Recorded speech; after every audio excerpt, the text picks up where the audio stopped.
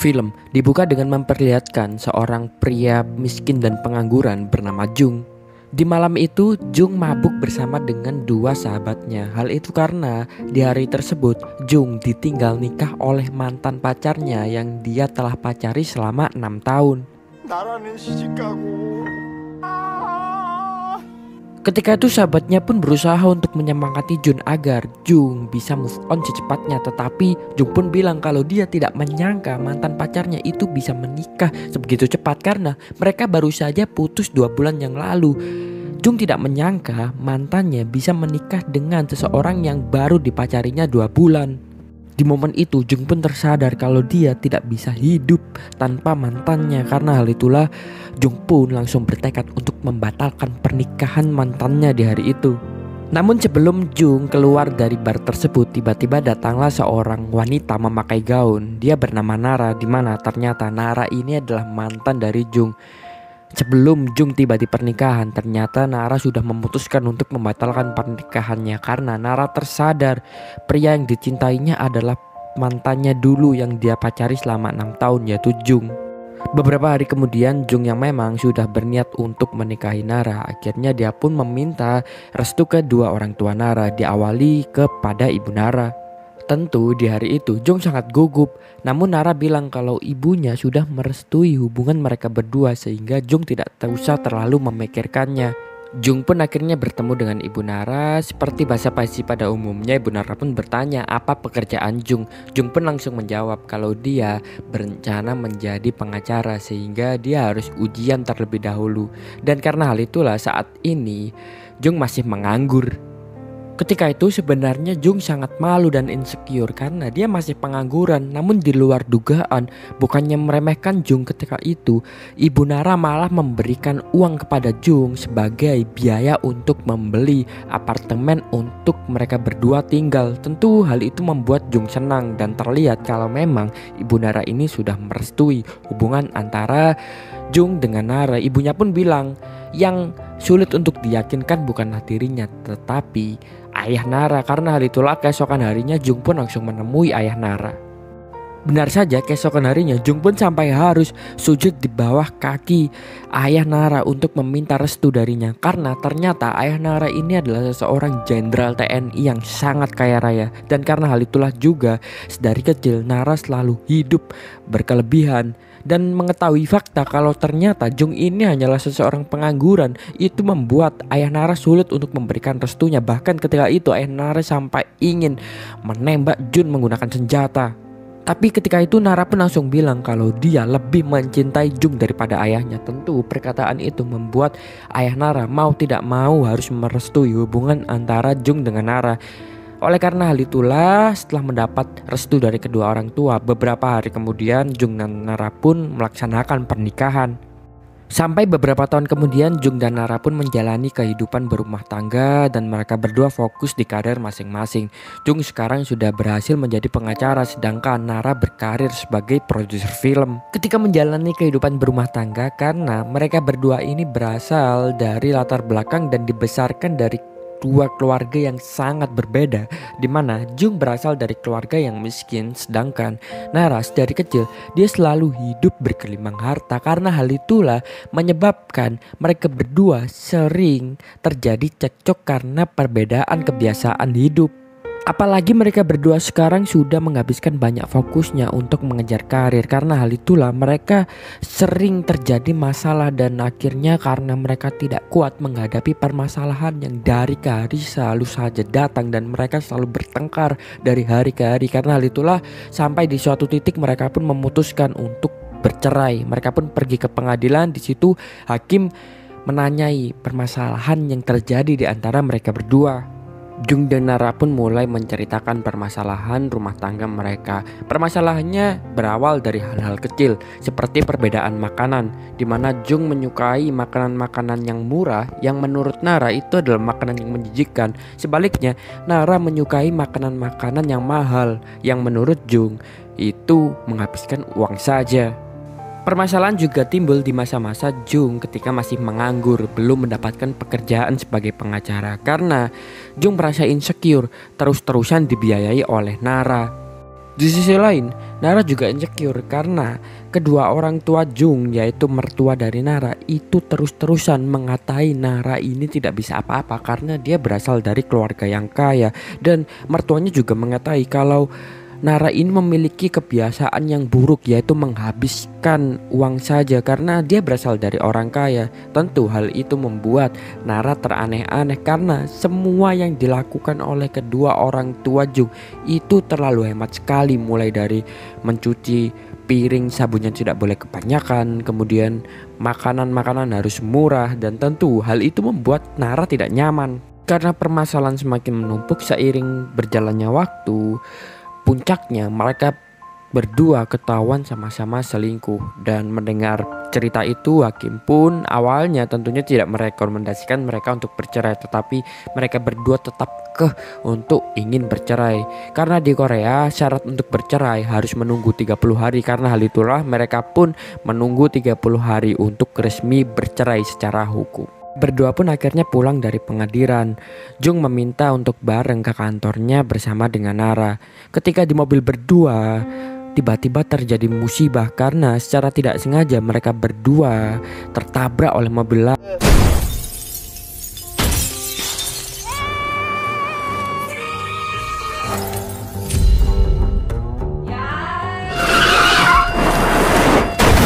Jung dan Nara pun langsung segera dilarikan di rumah sakit dan kedua orang tua mereka juga hadir di sana. Beberapa saat kemudian Jung dan Nara pun tersadar. Namun seusai mereka berdua tersadar, mengagetkannya mereka berdua tidak mengenali siapa kedua orang tua mereka. Tentu hal itu membuat kaget kedua orang tuanya.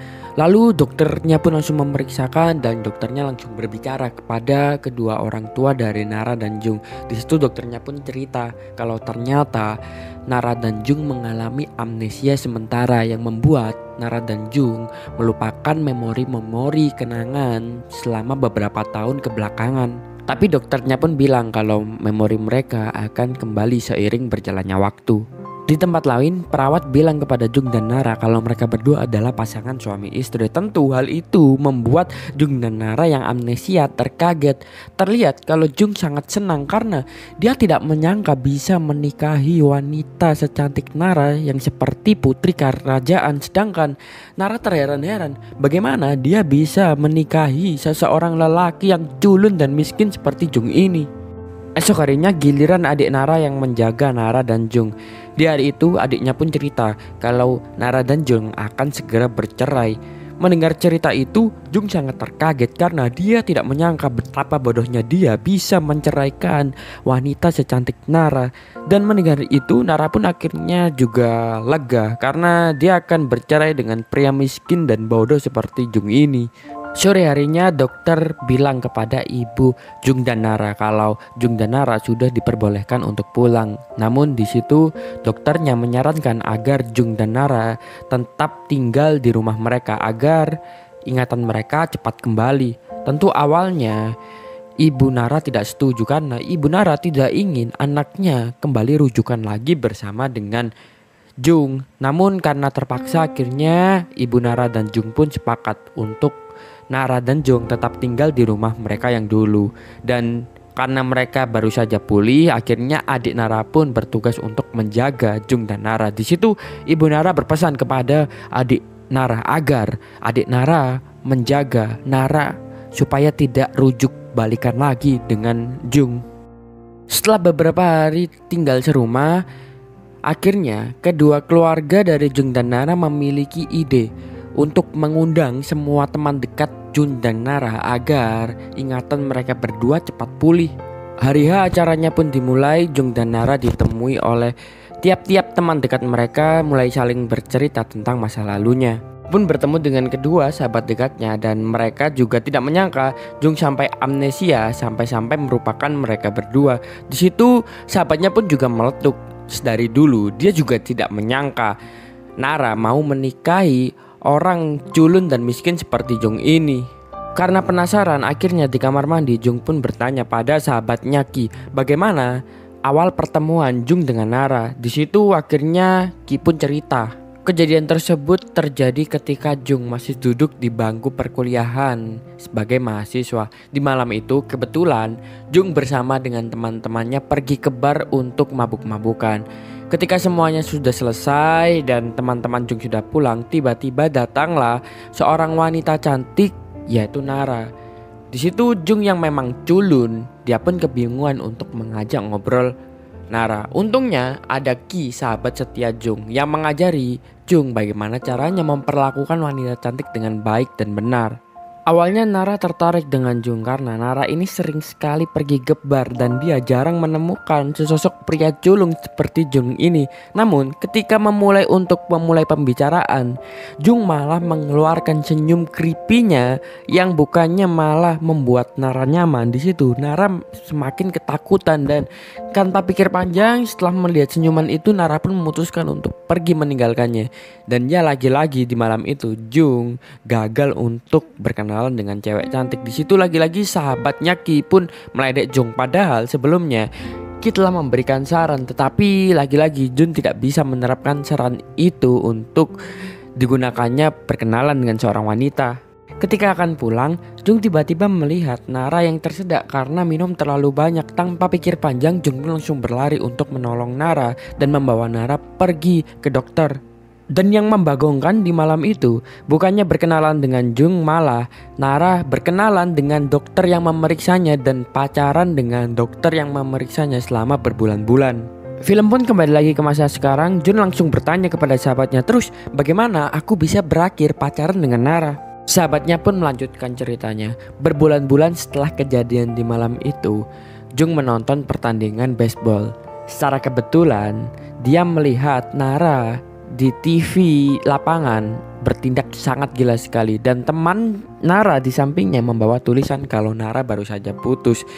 Tanpa pikir panjang, setelah pertandingan usai, hujan sangat deras dan di momen tersebutlah Nara berjalan di tengah hujan. Tiba-tiba Jung berinisiatif untuk menolong membawakan payung, dan seketika itu juga Nara melihat Jung dan dia langsung teringat Jung adalah pria yang pernah menolongnya berbulan-bulan sebelumnya. Dan di momen tersebutlah Nara juga akhirnya langsung jatuh cinta dengan kebaikan yang telah dilakukan oleh Jung.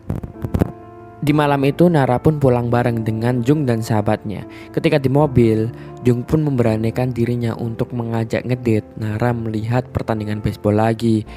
Nara pun setuju dan film pun kembali lagi ke masa sekarang, di mana ternyata Nara juga tanya ke sahabatnya tentang pertemuan dirinya dengan Jung. Sahabatnya pun bilang mereka berdua heran kenapa Nara dulu bisa suka kepada Jung.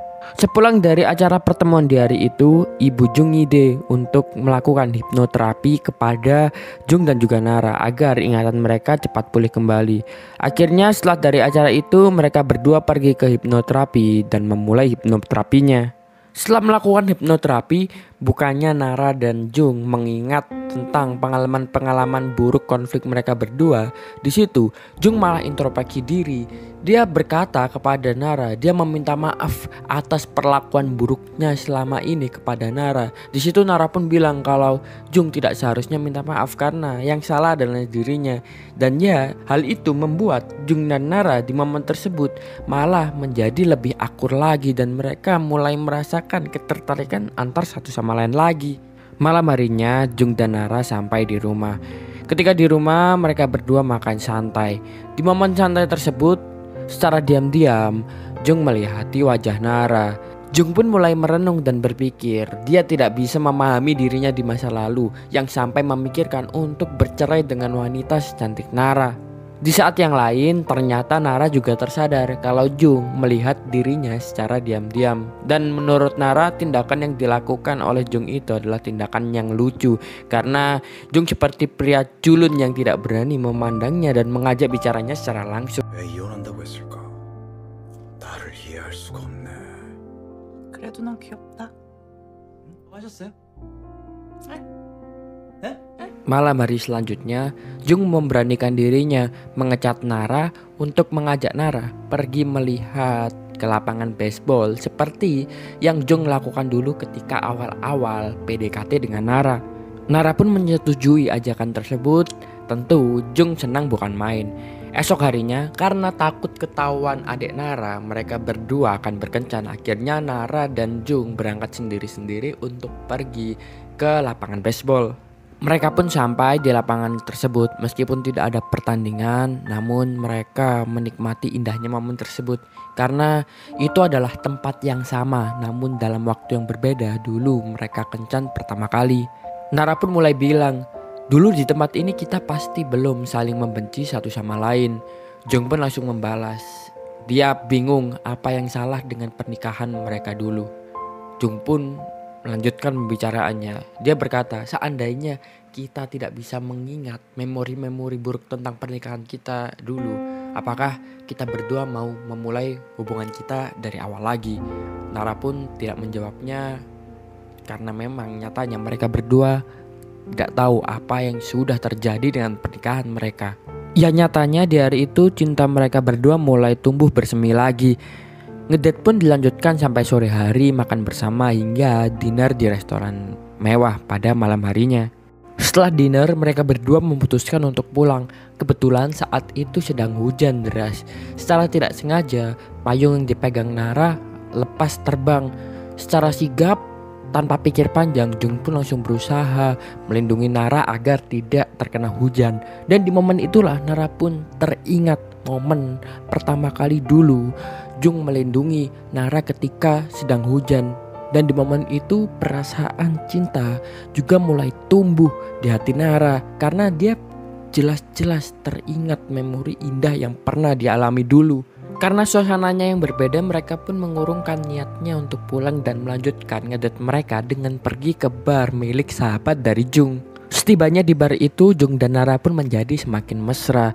Nara juga memanggilkan sahabat-sahabatnya dan di situ mereka semua mengobrol sampai pagi. Adik Nara yang curiga kalau Nara dan Jung ini ngedate di hari itu karena tidak pulang sampai pagi, dia pun langsung melaporkan ke ibunya.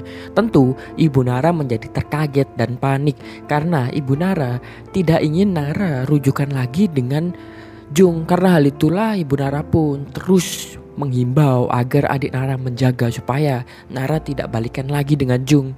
Paginya Jung dan Nara pun pulang ke rumahnya bersama juga dengan sahabat-sahabat mereka berdua. Dan di pagi itu suasananya sangat indah dan sangat bahagia sekali. Mereka semua makan bersama dan tertawa-tertawa bersama. Keesokan harinya ketika rumah sedang sepi, Jung dan Nara dengan nekat memutuskan untuk bercinta. Karena kata dokter, dengan mereka berdua melakukan kegiatan tersebut itu bisa membantu memori mereka kembali pulih lagi.